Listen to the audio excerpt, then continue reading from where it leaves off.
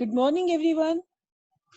Today we are going to start question 44, A part, given at page 7.166. I am going to read the statement. Give journal entries for forfeiture and reissue of shares. यानी इस question में आपने सिर्फ forfeiture की और reissue of shares की entry करनी है. A part, X Limited forfeited 500 shares of rupees 100 each. यानी कितने शेयर्स फॉरफिट हुए? 500 shares at the rate of 100 each. 75 called up. Here the word 75 called up दिया हुआ है. It means हमें जो भी फॉरफिचर की एंट्री करनी है वो हमें किससे करनी है? 75 से करनी है. कॉल्ड अप अमाउंट से करनी होती है.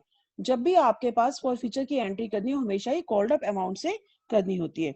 Issued at 10% premium to be paid at the time of allotment. यानी जो 100 का शेयर है इस पर प्रीमियम कितना? 10% प्रीमियम है. तो प्रीमियम क्या होगा? इसमें प्लस हो जाएगा. तो 100 का 10% कितना होगा? 10 रुपीज प्रीमियम है. और प्रीमियम कितने किस समय देना है? अलॉटमेंट के साथ. यानी टोटल कितने का शेयर हो गया? 110 का. और कॉल्ड अप कितना है? 75. तो लेट्स चेक अब आगे क्या दिया हुआ.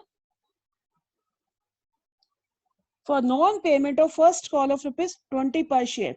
यानी प्रीमियम तो अलॉटमेंट के साथ है और कौन सा पैसा नहीं दिया? फर्स्ट कॉल का पैसा नहीं दिया. फर्स्ट कॉल कितनी है? 20 पर शेयर. ये उसका पैसा नहीं दिया.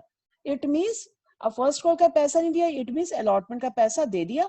अब जब अलॉटमेंट का पैसा दे दिया, प्रीमियम किसके साथ है? अलॉटमेंट के साथ है. तो इट मींस प्रीमियम क्या हो गया? रिसीव्ड हो गया.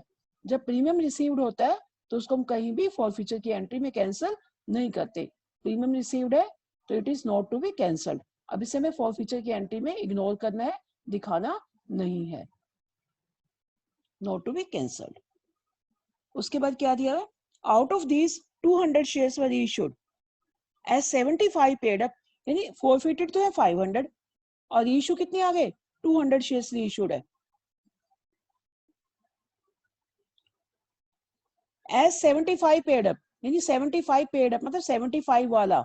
पेड अप जिसके साथ लिखो मतलब इतने वाला शेयर कितने में इशू किया? ₹4.60 पर शेयर. यानी 75 वाला 60 में रीइश्यू किया. इसका मतलब 15 रुपीज क्या हो गया? लॉस हो गया. तो लॉस को हम कहां से कवर करेंगे? फॉरफिचर की अमाउंट से. कभी भी कंपनी जब रीइश्यू करती है कोई भी शेयर तो फ्रेश डिस्काउंट पे नहीं करती.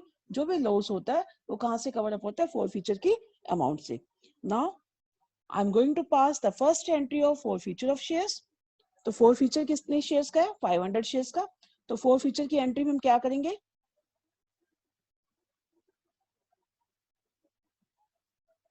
तो first of all we write share capital account debit. कितने शेयर है? 500. अब हमने 100 से मल्टीप्लाई नहीं करना, हमने किससे मल्टीप्लाई करना है? 75 से, कोल्ड अप अमाउंट से.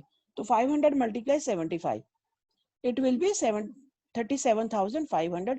2 जो पैसा नहीं आया उसे क्या बोलते हैं? Calls in area. एंड 2 जो पैसा रिसीव्ड है टू शेयर फॉरफिचर अकाउंट. यानी कितना अमाउंट नहीं आया? 20 रुपीज नहीं आया फर्स्ट कॉल का. तो बस हम क्या करेंगे? 500 मल्टीप्लाई 20 तो कितना हो जाएगा? ये 10,000. तो इसका मतलब 75 में से 20 नहीं आया तो इसका मतलब 55 आ चुका है. तो मैं बार बार कैलकुलेट करने की जरूरत नहीं होती. तो 500 मल्टीप्लाई 55 इट विल बी 27,500. ठीक है. तो फर्स्ट एंट्री होगी आपकी फॉरफिचर ऑफ शेयर्स यानी फॉरफिचर ऑफ 500 शेयर्स. अगर नरेशन लिखोगे तो forfeiture of 500 shares. Simple narration, कुछ डिटेल लिखने की नीड नहीं है. फर्स्ट एंट्री आपकी होगी. अब सेकंड एंट्री क्या? रीइश्यू की है. तो रीइश्यू कितने शेयर्स है? 200.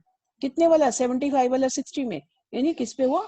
लॉस पे हुआ. तो लॉस कहां से करेंगे? डिस्काउंट से कवर करेंगे. Bank account debit 200 shares multiply 60 share forfeiture account debit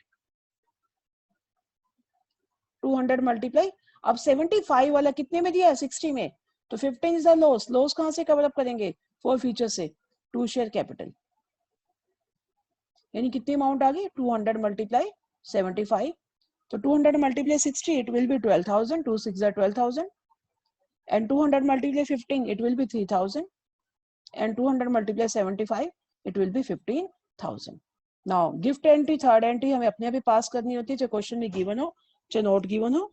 तो इसकी एंट्री होगी share forfeiture account debit to capital reserve.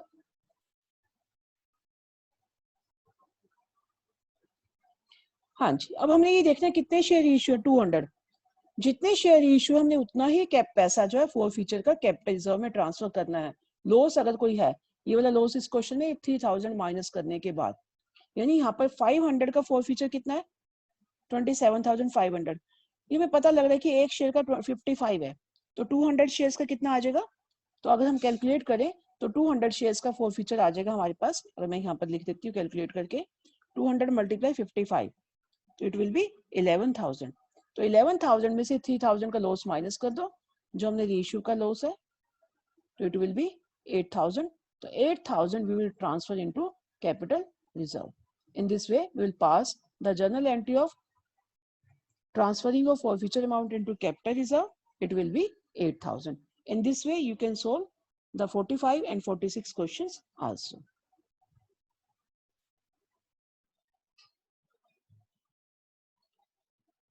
Now B part, question 44.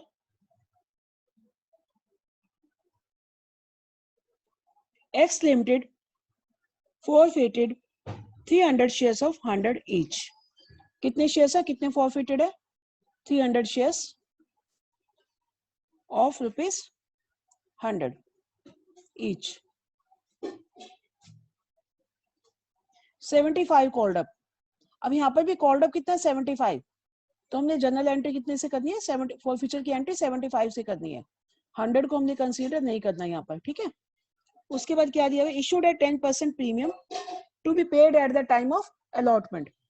कितना प्रीमियम है, 10% है. तो 100 पे 10% कितना आ गया, मैं इसको थोड़ा सा येज कर देती हूँ, दोबारा लिख देती हूँ.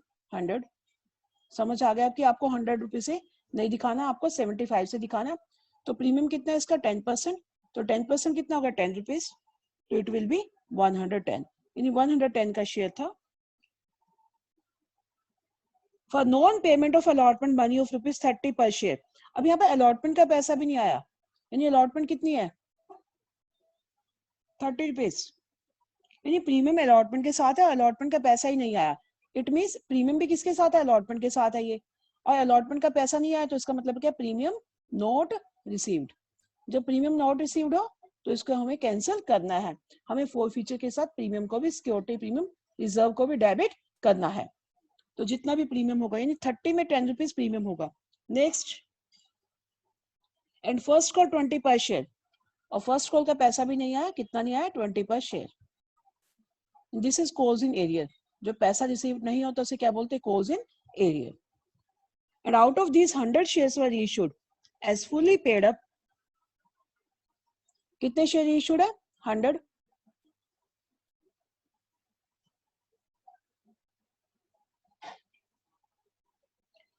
Shares were issued as fully paid up. यहाँ पर लिखा वर्ड फुल्ली पेड अप.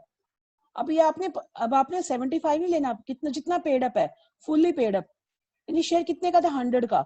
इसका मतलब हम मान के चलेंगे 100 वाला शेयर. ये मत देखना कि फाइनल कॉल नहीं मंगवाई तो फाइनल कॉल के हिसाब से हमने 75 लेना है.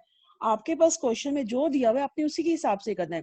यहाँ पर फुल्ली पेड अप दिया हुआ है, तो फुल्ली पेड अप मतलब 100 वाला share. Is such a way that ₹3100 were transfer to capital reserve. यानी इस तरह से ट्रांसफर करना है कि आपका 3100 किस में आ जाए, कैपिटल रिजर्व की अमाउंट दे दी है. अब आपको यहाँ पर कैपिटल रिजर्व की अमाउंट दे दी गई है, थर्ड एंट्री की अमाउंट दे दी गई है, तो आपको डिस्काउंट की अमाउंट खुद ही निकालनी है. तो रिवर्स क्वेश्चन है, पहले भी आप इस तरह का क्वेश्चन कर चुके हो, तो वैसे ही सेम क्वेश्चन है. तो first of all I am going to pass the journal entry of forfeiture of shares. तो फर्स्ट एंट्री है कि शेयर कैपिटल अकाउंट डेबिट. कितने शेयर्स है 300 शेयर्स है.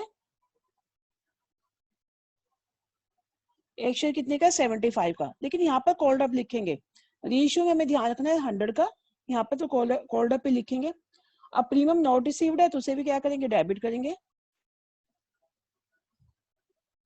कितना प्रीमियम है 10 रुपीज. 2 जो मनी नहीं रिसीव्ड है कॉज इन एरियर, जो रिसीव्ड है 2 शेयर फॉरफीचर अकाउंट. तो 75 multiply 300 it will be 22,500. 300 multiply 10 it is 3000 और क्लोजिंग एरिया कितना 50 है, तो यानी 300 मल्टीप्लाई 50 कितना आ गया 15,000। तो हम यहाँ लिख देंगे 15,000। बस इसका मतलब बाकी पैसा रिसीव है, यानी 25,500 में से 15,000 गया तो ये आ जाएगा 10,500। तो हम यहाँ पर लिख देंगे 10,500। तो फर्स्ट आपकी एंट्री ये होगी। अब सेकंड एंट्री क्या है, रीइश्यू की। 100 शेयर इशूड है तो बैंक अकाउंट डेबिट। अब हमें नहीं पता है कितने में रीइश्यू है, कुछ भी नहीं दिया हुआ, 100 वाला शेयर है, बस इतना का हुआ है। अब प्रीमियम पे है या इस पे डिस्काउंट पे कुछ नहीं पता हमें, तो हम क्या करेंगे, एंट्री लिख के एक लाइन डेबिट की छोड़ देंगे, क्रेडिट की छोड़ देंगे। हमें नहीं पता ये अमाउंट कितनी है, 2 शेयर कैपिटल, यानी 100 मल्टीप्लाई कितना आ गया 100 वाला शेयर था ना 10,000। मैं क्या करूंगी इसमें 10,000 लिख के छोड़ दूंगी यहाँ पर, ताकि आपको किसी भी तरह का कोई कंफ्यूजन ना रहे। बाकी हम बाद में देखेंगे कि अमाउंट यहाँ प्रीमियम है, डिस्काउंट है, शेयर कैपिटल की अमाउंट हमारे पास है ना, बैंक की अमाउंट हमारे पास है, ये हमें निकालनी है। और हमें कितना डिस्काउंट है, क्या है या प्रीमियम है, वो भी नहीं पता।